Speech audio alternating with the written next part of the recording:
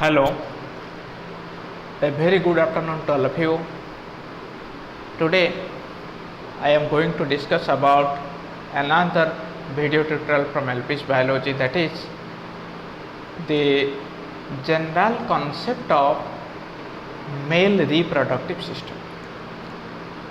In this video we will discuss up to the histology of reproductive system. Okay, let's see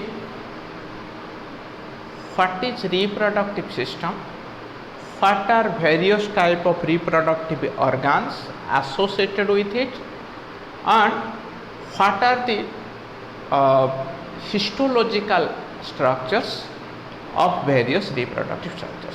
Okay, let's see. This male reproductive system consists of three different types of sex organs. What are they? Let's see. The first of all, it consists of primary sex organ. Primary sex organ.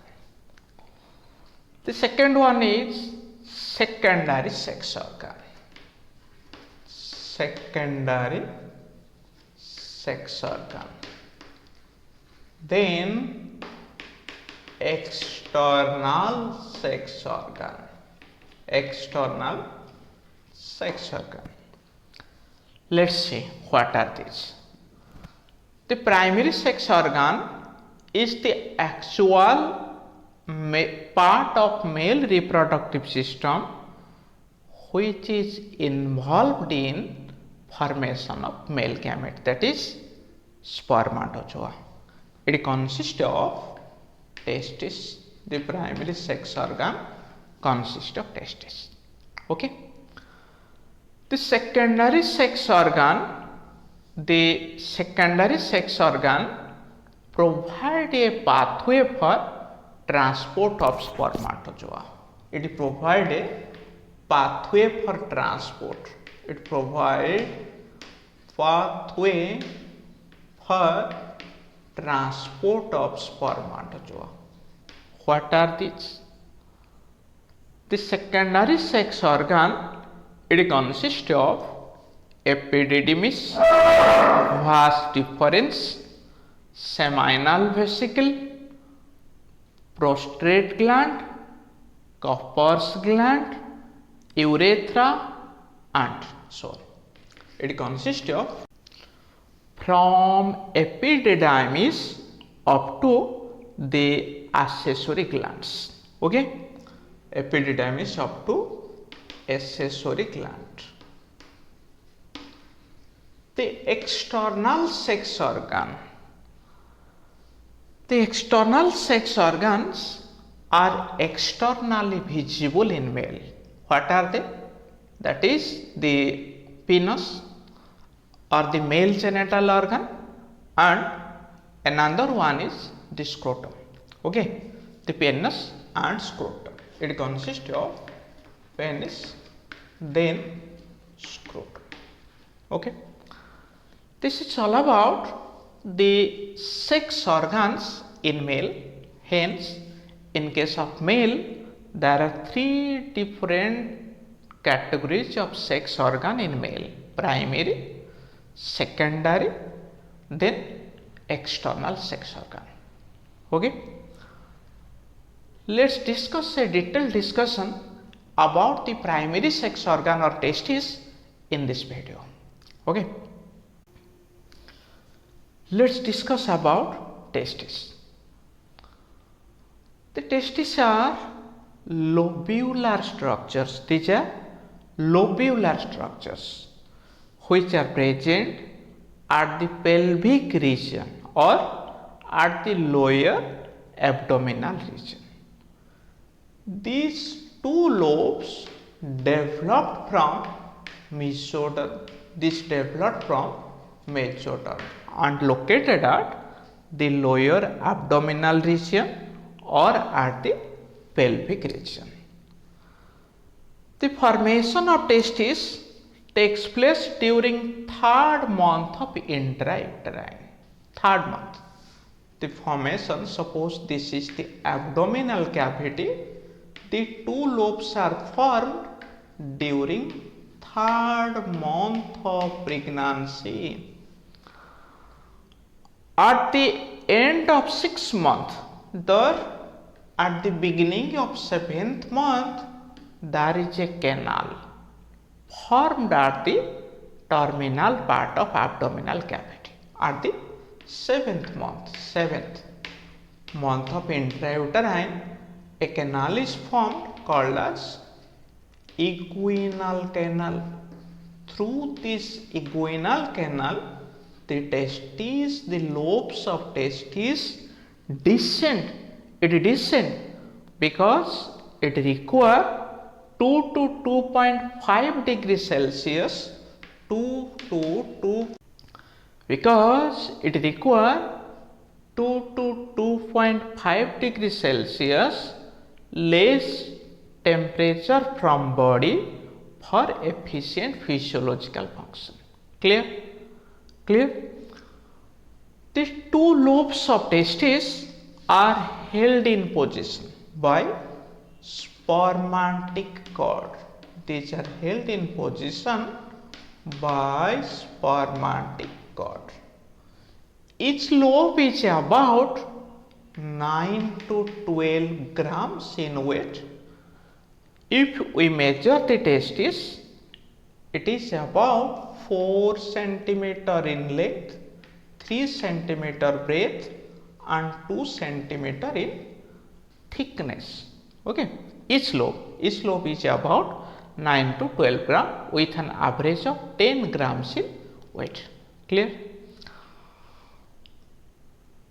These are the two lobes. In case of all mammals, the testes are extra-abdominal.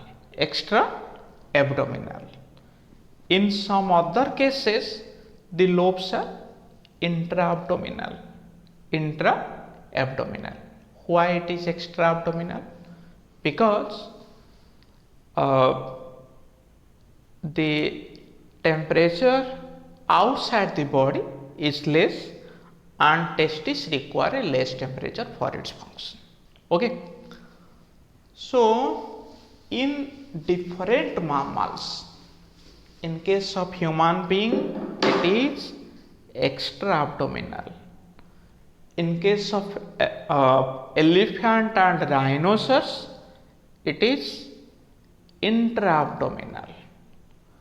In some of the mammal, the two lobes comes out. Intra-abdominal, in elephant and in rhinoceros. It is intra-abdominal. In some of the mammals, the two lobes comes out only at the time of reproduction. Clear? That is at the breeding season. Extra-abdominal at breeding season.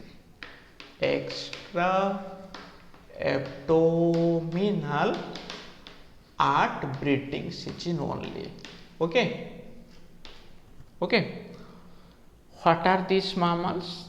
It consists of bat, boris. It consists of bat and boris. The boris is otherwise called as male otter.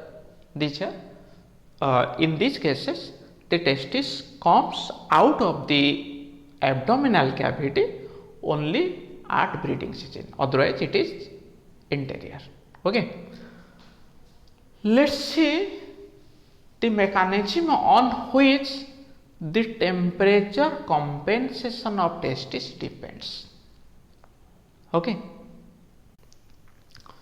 Let's discuss about a detailed histological analysis of testis. Clear? When we will take about the section of scrotum, what will we see? It is found that there are two lobes. the position of the two lobes are asymmetrical. How it is asymmetrical? It is seen that the left lobe is slightly lower than the right lobe. Why? Because there is a chance of collision. To avoid collision, the left lobe is slightly, this is slightly lower than right lobe, slightly lower. Clear? The two lobes are supported by spermatic cords. This is spermatic cord. There is another muscle present below the scrotum. This is a muscle. This muscle is called as dartos muscle. Dartos. Clear? Sometimes the dartos is confused with gubernaculum. It is not possible. Mind it, gubernaculum is a connective tissue, but dartos is a muscle which help in the temperature regulation inside testis. There is another muscle remain around the spermatic cord. This muscle is called as cremaster muscle. Cremaster. What are the roles of these muscles? Let's see. Come to dartos muscle. In summer season, the external temperature is more. In summer season, external temperature is more. Then what happens during summer season? During winter season. What are the roles of this muscle? Let's discuss. In summer season, the temperature of external temperature is higher than body. What happens? This muscle, that means the dartos muscle, it relax. The dartos muscle relax. So the surface increases. The size of the testis increases. When the surface increases, there is a loss of heat. There is a loss of heat, so that the temperature can be maintained, because the outer heat that is absorbed by the testis has been lost. What happens during winter season? What happens? During winter season, the dartos muscle, it contracts, so that it squeezes the testis, reduced in size. When the testis reduces, there is less heat loss, area reduces, heat loss also reduces. So minimum heat loss takes place to retain the temperature of testis. Clear? Like that, the cremaster muscle during winter season, it also contracts. So the two lobes pulls upward, because when it comes closer to body, the temperature can be higher at lower temperature of winter. Winter में ज़्यादा कम temperature होगा बाहर में, इसलिए testis का to lobe क्या होगा ना, वो जो क्रीमेस्टर मसल उसको पुल करके ऊपर ले जाएगा. सो क्या होगा, और बॉडी का नज़दीक चला जाएगा तो क्या होगा भाई, जो बॉडी का टेम्परेचर ये गेन करेगा. गेन करने के बाद जो बाहर में विंटर सीजन में कम टेम्परेचर होगा, वही कम टेम्परेचर को ये कम्बैक्ट ओवर कर जाएगा. क्लियर? समर सीजन में अपोजिट काम करेगा. ये कौन मसल? डैक्टस. क्या होगा, समर सीजन में ये मसल ज़्यादा रिलैक्स हो जाएगा. सो सरफेस एरिया इंक्रीज कर जाएगा. अगर सरफेस एरिया ज़्यादा हो जाएगा तो हीट लॉस भी ज़्यादा होगा, तो बाहर में जितना हीट ये ऑब्जर्व करेगा उतना ही लॉस कर देगा. तो टेम्परेचर हो गया भाई, ये टेम्परेचर मेंटेन हो गया. So the temperature, so the temperature that is ideal for the performance of testis is 35 to 36 degrees Celsius. Okay, let's discuss about the structure, internal histological structure of each lobe. Clear? Sometimes it is found that the two lobes of testis fail to descend. That means from the abdominal cavity the two lobes fail to descend. So a surgical method is required for bringing down them. Remember, this surgical method of bringing down these two lobes is called as archaeopexy. Archaeopexy. This is the surgical method. Sometimes it is found that even after descending of testis, the inguinal canal fail to be closed. This condition is called as, when the inguinal canal fail to be closed, this condition is called as inguinal hernia. Clear? So, when the two lobes fail to descend, it is cryptorchidism. When it is fail to be closed, it is called as inguinal hernia. Clear? Let's see the detailed structure of a lobe. Clear? Detailed structure of each lobe. Each lobe of testis is oval in shape. It is oval in shape. Clear? This oval lobe is externally covered by tunica vaginalis. Below tunica vaginalis there is tunica albuginea. Below tunica albuginea there is tunica vasculosa. This is tunica vaginalis, tunica albuginea, tunica vasculosa. Clear? These are the three layers. Okay. Inside each lobe there are a number of lobules. There are a number of lobules, and these lobules are 200 to 250 in number. Okay, these are functional lobules. Inside this lobule, coiled tubule. Inside one lobule, 1 to 3 tubules are found, called as seminiferous tubules. These are seminiferous tubule.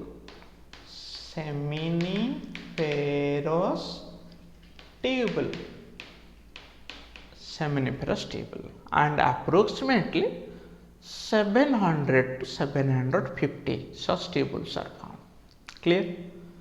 The seminiferous tubule joined to form a straight tubule. Straight tubule. This straight tubule is called as tubuli recti. This is tubuli recti. Tubuli recti. Clear? Tubuli recti again coiled with each other. They coiled producing rete testis. It is coiled to produce rete testis. The anterior part of the rete testis produces a bunch of vasa efferentia. These are 10 to 15 tubules of vasa efferentia. These vasa efferentia again coiled. It produces epididymis which partially encircle the testis. Clear? The anterior part is called as globus major. The middle part is body. This is globus minor. Okay,